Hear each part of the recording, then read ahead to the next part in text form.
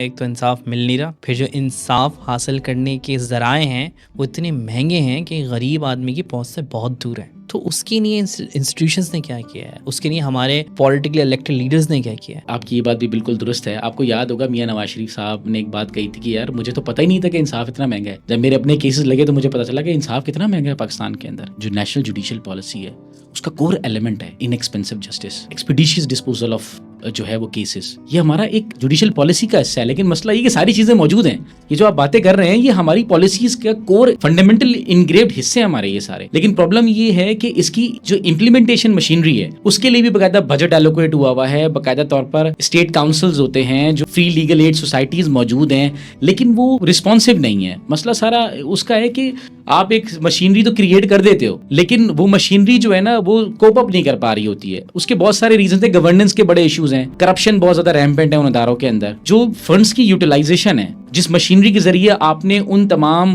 Values کو جس کا آپ نے تذکرہ کیا وہ ایگزیکیوٹ کرنی ہے، وہ مشینری ہی فلاڈ ہے. اس کے اندر پولیٹیکل ریکروٹمنٹس ہوئی ہوئی ہیں. تو right person for the right job کا ایک جو پاکستان کا یہ بہت بڑا مسئلہ ہے، یہ نہ ہونے کی وجہ سے جو ہے نا سارے جو انسٹیٹیوشن آف گورننس ہیں جنہوں نے ان پالیسیز کو انشور کرنا ہے، امپلیمنٹ کرنا ہے، وہ ساری کی ساری جو ہے وہ ایروڈ ہو چکی ہے. وہ کر نہیں پاتے کیونکہ ہمارے پاس جو وہی والا مسئلہ ہے کہ right person for the right job والا کام نہیں ہے. میں آپ کی جو ہے نا توجہ تھوڑی سی اس کو مزید سمجھانے کے لیے دلانا چاہتا ہوں. آپ دیکھیں ایک ادارہ ہے جس کا نام ہے اسٹیٹ بینک، وہ ریگولیٹ کرتا ہے تمام بینکنگ انسٹیٹیوشنز کو. آپ نے نوٹس کیا ہوگا کہ پاکستان کا جو فائنینشیل سیکٹر ہے وہ باقی سیکٹرز کی نسبت بہت اچھا ہے. کیا وجہ ہے اس کی؟ اور آپ نے کبھی سنا بھی نہیں ہوگا کہ اسٹیٹ بینک کے اندر پولیٹیسائزڈ قسم کی ریکروٹمنٹ ہو رہی ہوتی ہے، کیونکہ وہاں پر ایک ٹرانسپیرنسی کا ایک سسٹم موجود ہے، اکاؤنٹیبلٹی کا سسٹم موجود ہے. واقعی میں ایک ریگولیٹر ہے جس کی وجہ سے جب ریگولیٹر آپ کا اچھا ہے، ایک اچھی گورننس ماڈل کے ساتھ چل رہا ہے، تو آپ نے دیکھا اس کے سب آرڈینیٹ جتنے بھی ڈپارٹمنٹس ہیں کتنا افیکٹولی چل بھی رہے ہیں.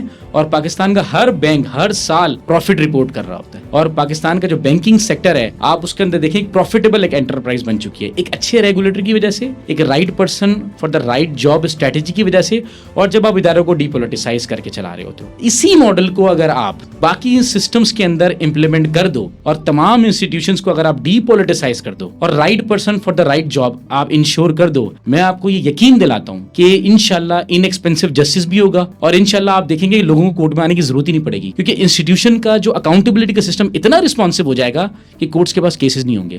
اور ایسے یورپ کے اندر کنٹریز موجود ہیں جہاں پر کورٹ میں کیسز ہی نہیں آتے، کیونکہ جو first year of accountability complaint cell ہے ان کا وہ اتنا افیکٹو ہے کہ وہ عوام کے مسئلے کو اسی فنگر ٹپس کے اوپر جو ہے نا وہ ریزالو کر دیتا ہے. تو یہ چیزیں ہیں جس کو کرنے کی بڑی ضرورت ہے.